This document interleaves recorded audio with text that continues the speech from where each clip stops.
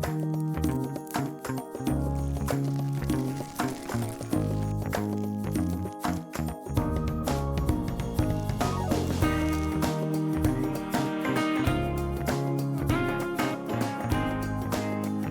there, and welcome back to Nourished. I'm your host, Colleen McCarthy, and I have in studio today Kayla Osterhoff. Did I say that right? You did. Okay, cool. How Good are job. you?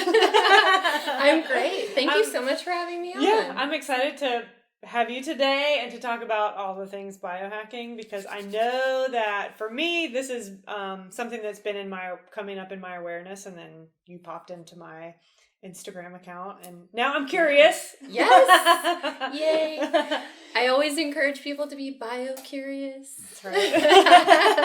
I think it's great, and this is such a cool topic, but just to introduce you a little bit more, you are the co-founder of the Women's Biohacking Collective.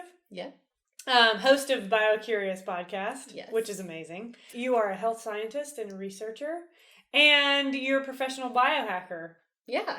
In a nutshell, that's Yeah, me. that's you. Yeah. So talk to me a little bit about how you got started and your journey with this biohacking. Yeah, so I've always been in the field of the health sciences. I started out with my formal education. My undergrad was in pre-physical therapy, actually. Okay. I was going to be a physical therapist, and so I studied biology, chemistry, physics, anatomy and physiology, exercise physiology, all those guys. So, like the hard sciences. Yeah. And when I finished with my bachelor's degree, I actually decided to pivot and wanted to go into public health. Cool. And so I decided to learn public health science and program science and community health science. And so that was a whole different area of learning for me. And it's fascinating. And it taught me about behavioral science and why people do the things that they do. And so it's like a really cool another area for me to have expertise in. Yeah. And it really helps in my understanding of the human ways, the human biology, but also the human experience. Yeah. And so now I'm working full-time as a health scientist, but I'm also getting my PhD in mind-body medicine. Cool. With a specialization in functional nutrition, which I know is something you're interested in. Yeah. And so this is like my final stretch of formal education. I'm a lifelong learner, so I guess it'll never stop. Nope. But this is like, if you could get a PhD in biohacking, this is the one. Like, the one I'm in is basically, it's called Mind-Body Medicine, but it's Biohacking 101. It's amazing. It's, all the modalities that you would want to learn about for biohacking, neurofeedback, biofeedback, light therapy, nutrition, meditation, all that stuff is included in this. That's so cool. Final research step of my education. So it's really exciting. So there's a formal education for this. I feel like I've kind of done this in pieces, but there's a doctorate in this. There is, my program, so there's a lot of MD programs in this. I wasn't going for my MD because I don't want to be a clinician. But I wanted to find a PhD program that was fully accredited here in the U.S. for functional health, basically. Yeah. And this was the only one in the U.S. that's fully accredited. Wow. And it's at Saybrook University, and it's basically, like a biohacking PhD. So it's amazing. I'm so grateful that I found it. Yeah. Yeah. So talk to me a little bit about, just for our audience that are wondering, what is biohacking? Yeah. What is biohacking? So it's not as complex or scary as it sounds. Right. Especially, I find a lot of women are turned off by that term, and me included originally, because it sounds really techy or complicated. But it's not really. It's pretty simple. So the way I like to explain it, where I think anybody could understand, is it is taking your external or internal environment, and you're making a change to it so that you can have greater control over your biology for a specific health outcome or wellness outcome. Okay. So one example, I'll give you the simplest and probably my favorite biohack is coffee. All right. So let's say your state before coffee, you're tired, you're lethargic, like low energy, maybe like a poor mood. And then you want to change that, right? So you want to have more energy, more focus, have a more positive mood. So you introduce coffee into your environment, which is a stimulant, and it stimulates your central nervous system. It also increases BDNF, brain-derived neurotrophic factor. It increases, in a nutshell, basically it gives you focus, energy, mental clarity, positive mood, for some people, and then some people it might have negative effects, but for me, I love it. That's what it does. So that's like a very baseline, simple biohack. So now we can all understand that we're probably all biohackers. Your green tea does the same thing, so we can all get on board. So it's kind of like, something you want to go from point A to point B, and using something to help you get there. And I love biohacking in the term now because it really brings your attention to the science behind these things that we do. So before, you might know, like, I need coffee to wake up. But now you can understand, like, what's exactly happening in your body on a biological level. And to me, once you understand what's happening internally, it is so much more effective. And it's easier to actually like keep with it. Absolutely. Because that's how my brain works. Like I guess I'm in this field of science myself too, because I want to know, like, well, what happens when I eat this?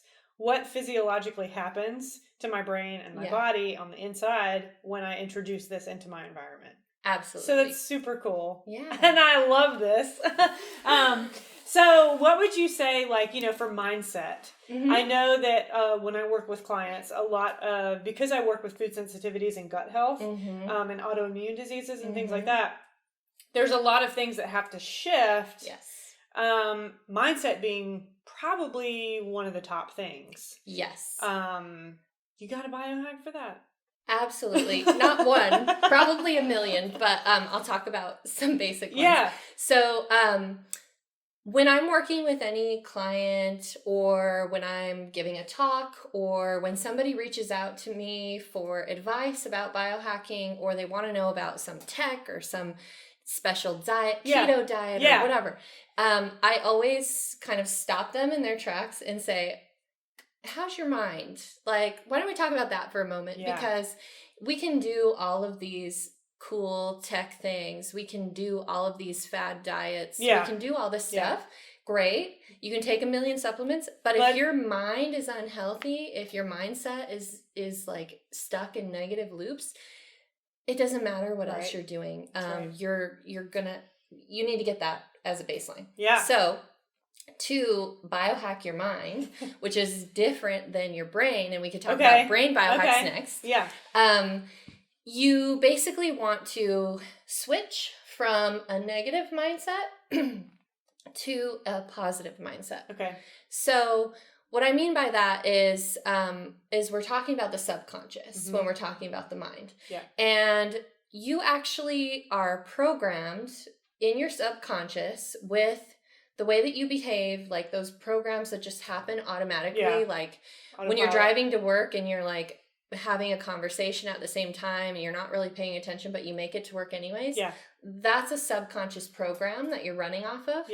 So our subconscious mind is largely already programmed. So we can run on those subconscious programs in a more positive way if we can switch those subconscious programs. So a lot of our subconscious programming comes from our childhood, past traumas, just past experiences. Most of it happens before we're age 7. And these things can actually, they're not permanent if you bring awareness to them. So you can actually change them or have a trigger where you notice that negative behavior or mindset, and you can actually flip the switch into a state of gratitude, into a state of like love and just greater well-being. So the first step in that is increasing your self-awareness. The best biohack for increasing self-awareness is meditation or breath work. Yeah.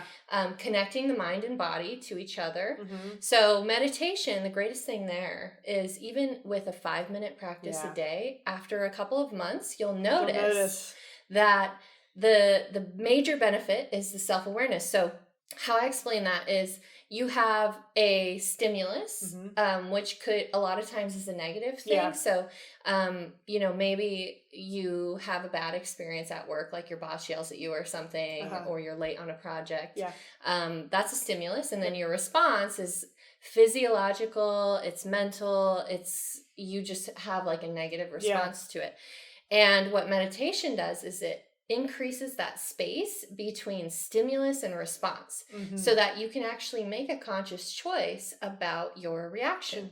You can choose to go down that negative loop, which is comfortable, which we're used to, or you can choose to flip that script and be grateful for something about the situation, or change your focus to something more positive. Yeah, that makes a lot of sense. I was just talking with Jesse beforehand about it's interesting that you say this, because a negative response to something, like we were talking about money and taxes, and something that I learned this year and I notice is like when tax time comes around, I am viscerally anxious. Yes. Just because of a negative point or something that happened. As a business owner, you learn a lot about money. You learn a lot how to move it around and stuff. But this makes a lot of sense, because I noticed this year this negative stimulus happened in 2017 or 2018, doing 2017 taxes. And I noticed every time it would come up, my body would just viscerally, I would start sweating. I would start to have anxiety, and so then I was like, okay, Colleen, you got to get back into the meditation practice. And so I started doing that. And then now when I start talking to my CPA, I don't get that visceral response. So that's a way of biohacking our subconscious. Yeah. And it has to do with that mind-body connection. So it's exactly what you said. You have this negative experience in your mind, which all of our experience, our reality comes from our mind, our perceptions. So you have this negative experience, this negative perception about it. So when you get that stimulus, you have a stress response in your body, which is physical. Yeah. Your blood pressure goes up, your heart rate goes up. Like you said, you might sweat. Some people have adrenaline. Their face will get red. Yep. And that, especially over time, is very unhealthy. Right. So if we can calm that stress response and activate our parasympathetic nervous system by meditation, by breath work, then we can have a more positive experience. Yeah. And over time be a lot more healthy. Yeah. And I feel like that also, like you said earlier, using, changing the mindset has a lot to do with the gut as well. Yes. I see that a lot with my clients. Yes. They come to me and they're like, oh, the doctor says this isn't wrong, nothing, and I'm like the last resort for my clients. Like they've been poked and prodded everywhere, and then they somehow find me and we work it out. But I find that a lot, that this and this are so connected. Oh, yeah. And if the mind is racing and highly stimulated and stress response is at an all-time high, we're not actually able to digest food and what's going on in life as well. So with nutrition, because that's nourishment. I mean, all of this is nourishment. Yeah. Biohacking is, now I'm putting 2 and 2 together, that it's big time nourishment for our whole system. Yeah. Mind and body. Yes. So with nutrition, what's your favorite biohack with that? There's probably not one. Yeah. But so I really hate the word diet. Yes. I don't use it. I don't follow any diet. No. A lot of people are really into the keto diet right now. Yeah. The paleo diet is popular. All these different things. So, as far as nutrition goes, the best biohacks you can do are very simple, a lifestyle of eating. So one is Prioritize high quality fats because your brain runs on fat. Yep. It's 70% made of fat. You need it. Let's say that again. Yes. Yeah. Yes. Your brain is 70% made of fat, so make sure you get your fats in. Yes. Healthy fats. Yes. And you can research what that is, but like MCT oil is great. Great. MCT oil is great. Just be careful with your fats about heating them because some of them are carcinogenic if you heat them. So just look at the smoke point. But if you need more help on that, you could reach out to either one of us, I'm sure. We'll help you. So the other one is stop eating processed food, or as much as possible, don't eat processed food. Yeah. It's full of toxins. It causes brain fog. Yep. It causes all kinds of disruptions. Try to get your food as close to the natural source as possible. Yeah. And then as far as protein, try to prioritize like grass-fed, high-quality protein. If it's fish, wild caught. Yep.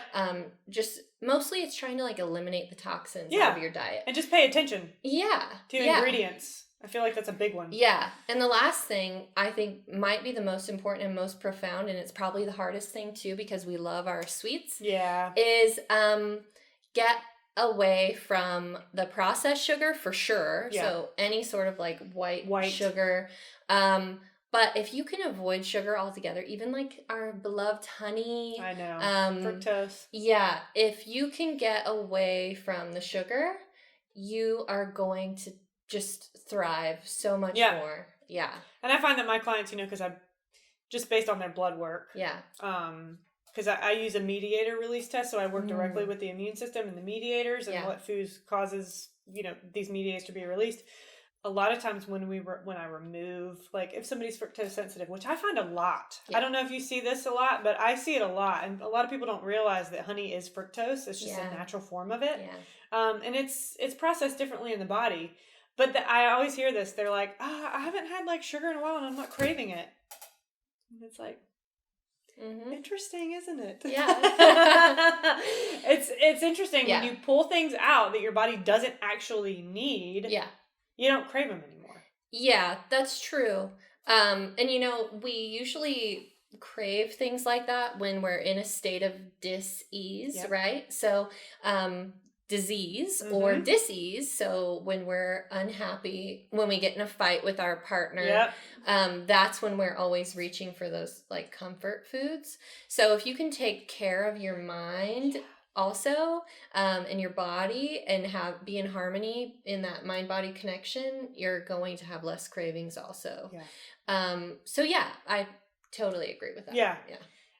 I was talking before the show, about how emotional food, that connection is, emotions and food. Yeah. And it's totally like mindset, brain, gut, it's all connected. Yes.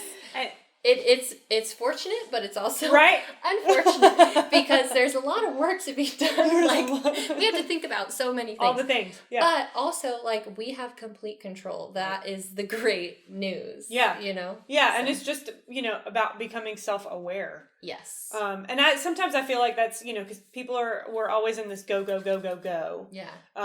State of being. And so coming off of that, do you have any tips for somebody that's just starting with, okay, let me just get control of my mind, but they don't want to sit for meditation? Yeah, so if you don't want to do a meditation, and I think there's also a misconception about meditation. Yeah. So people think that they need to shut off their mind. Yeah.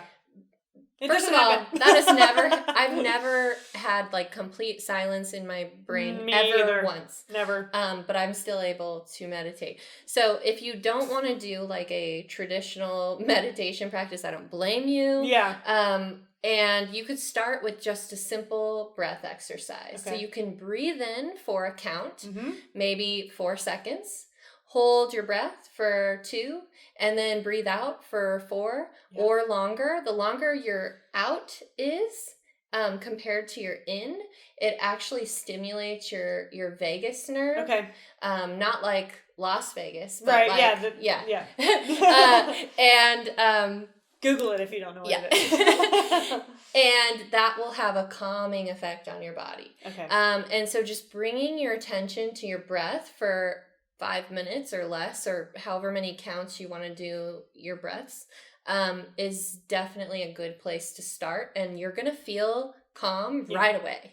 And then over time, you'll notice that it increases that space between stimulus and response. Yeah. I know. That's what my next question was, like, it has to be consistent. It does. I mean, you're going to get an immediate effect of it right away. But if you do it over time, it's going to build that space, which is what you're really wanting. It's self-awareness, building that self-awareness.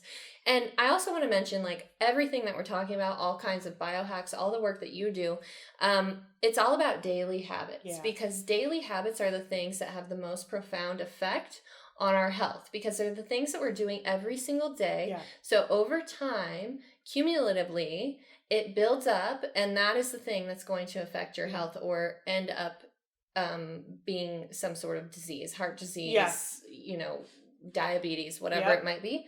Those are a result of daily habits over time. Yeah. And it's so interesting, like in the healing process, I'm sure you tell your clients this, or, it takes so long to get to that point of disease. It's going to take a little bit of time to come out of it. Oh yeah. Absolutely. I have some people that are like, it's been 10 days. I don't feel any different. Yeah. Or, like, I haven't lost all the weight that I want to lose. And it's like, it took so long to get there. It's interesting because I'm one of those impatient people. I am too. I want the results now. Which is also like why I got into biohacking. So I'm like, what can I do right now to be like top of my game, high performer? So I like to start with people by giving them things that are going to get like an immediate, and then build in those overtime things. So like the breath is an easy one to like calm yourself right away. Gratitude practice is an easy way to like give your brain a hit of that feel good endorphins. Like this dopamine. So those are ways that you can do like have an immediate response for your mind.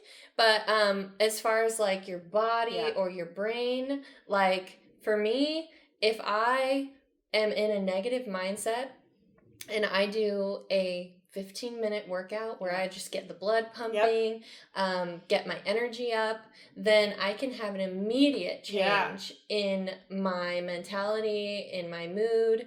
Another great way is just getting direct sunlight on your skin. Getting direct sunlight on your skin, it increases your vitamin D production, which is also linked to all your hormones, your sex hormones, your even like your everything down to your hunger hormones. So if you have any sort of hormonal imbalance, which especially a lot of women do. A lot of people have. I'm seeing a lot more now come into my practice. And the reason, me too. I went through adrenal fatigue. Because of, we're always go. We're in that fight or flight all the time. And that releases a ton of cortisol. Your melatonin is not being released when it's supposed to, if at all. You have also, and then there's a cascade where it just screws up every hormone down the line from there. So, one way to feel immediately better is to do things that are going to start to balance those hormones. Getting direct sunlight on your skin is a great one, and it's so easy. Just go outside. And then MCT oil is great too. Those healthy fats. Absolutely. MCT oil is a great one. I would also say like easy things that you can do that don't really cost any money. You actually don't have to buy anything. You can go outside with bare feet and just do a grounding exercise. Throughout the day, we kind of collect this positive charge in our bodies, which also has been shown to affect our hormones and the balance. So if you go outside bare feet on the ground, like on the grass, on the dirt, even on the pavement, if that's what you have, it still works. And you just want 10 minutes bare feet to start to balance out that electrical charge in your body and get back to a state of homeostasis. And I think sometimes like we do that intuitively and we don't know. Because I know for me, I used to suffer from migraines a lot. Oh, yes. And this weird thing, every single time I would have a migraine, I'm like, I need to go outside bare feet. And I would go outside and stand, at the time I was living in a condo. I would just find the little patch of grass. And stand in it. But to this day, when I don't feel well, I'm lucky now that we have a big yard. go outside bare feet. Yeah. And just stand. And it makes you feel so much better. It really does. Yeah. Even just 10 minutes. Yeah. Growing up, same thing. Like, I hated wearing shoes, and now I understand why, because it feels so good to have your shoes on. I know. I currently have. Yes, I know. I'm jealous. I'm looking at your bare feet. I'm like, oh man. Take them off. Yeah. So, and a great way to get like the extra benefits of grounding is if you like go to a body of water. That will kind of like speed up the process. Okay. Bare feet, like standing. In water or by water? In water. In water. Okay. Yeah. So it's just kind of like you stack these modalities, and the whole goal is to bring you back to a state of homeostasis. Yeah. Because the body's always trying to get back to homeostasis. Yeah. So I have this quote that I read on your website that I want to share because I starred it and wrote love next to it. And so the quote is, leveling up your life by leaning into your divine feminine magic. Yes. So you're talking about the Women's Biohacking Collective. Yes, I am. Which is so magical. It is a community of amazing women who are both interested in biohacking and the health sciences, but also like the expert contributors are all women who are experts in their field. That's awesome. Of biohacking. So everything from MDs and like specialists, functional health doctors, health scientists like me, researchers, to Reiki masters, yoga instructors. So and we're building our community. And so what it is about is teaching women how to take control over their biology by understanding it and understanding all of the different health practices that we do, exactly what's happening inside of our body, so that we can rise to our divine feminine power that we are meant to have, that we can, we can access an extra percentage that men can't, right? Because we have this cycle that happens every single month. So if we can harness our cycle, what's happening through each phase of our cycle, understand where we are biologically, and what things that we do are going to support that or not support that. I love that so much. Then we can be so much more powerful. Yeah. So that's what it's all about. Teaching biohacks and the science behind all of the functional health practices that we do, and how to step into our power as women. And, it's a community for women, and not to exclude men, but women have certain specific, unique health needs. Yeah. Men do as well. I hope that there's a men's biohacking collective out there. And so it's an open space for women to also, through the forum part of our community, to have access to all the expert members and the other women in the community who are also experts in their field typically, or other entrepreneurs or health entrepreneurs, and have open dialogue there where you can ask questions that might not be comfortable to ask in the public and get a trusted answer and advice that's actually useful and actionable. See, I think that's amazing. Yeah. And speaking to the point where, like, you're biologically different during each week of your cycle is huge. Yeah. I know when I started to pay attention to that and started to understand, okay, this is what's happening in this phase. This is what's happening in this phase. This is why I feel this way. This is why my body doesn't digest carbohydrates in this phase as well. It was like... Yes. And you harness that power and you're more effective. Absolutely. And so many women. In so many lives. Many ways.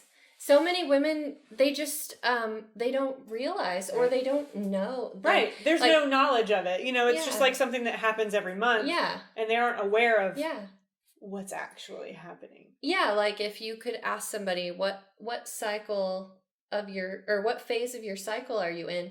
And a lot of women will just be like, oh, well, I'm on my period or not on my period. And, and it's either a lot different. Oh, yeah. There's, like you said, every week of the month, there's a different phase that we're in. And there are different biohacks that would be good for each phase. So it's, we could probably talk all day about it. But if you want more information about that, definitely go to thewbcollective.com. You'll get more information. And if you want to join our community, we would love to have you. Yeah. Yeah. I'm so excited about that. I mean, the website's great. when you sent me that stuff, I was like, oh yes, finally, this is gonna be amazing. Yeah, so excited. This was so fun. I loved having you on. We could talk for hours. We could have more episodes on all this. Yes. But if you want to find Kayla on social media, you can find her on Instagram at BioCurious_Kayla. Her podcast is BioCurious. Yep. Right? And you can find that wherever you listen to your podcast. And then her website is thewbcollective.com. And if you want to follow me, you can find me on Instagram at ColleenMCC_. And my website is colleen-mccarthy.com. Thank you so much, everyone out there, for joining me on my first season of Nourished. I hope all of these conversations that I have nourished your spirit and you have learned what you needed to learn. And I'm Colleen. I'm signing off for the very first season of Nourished, and I will see you next time.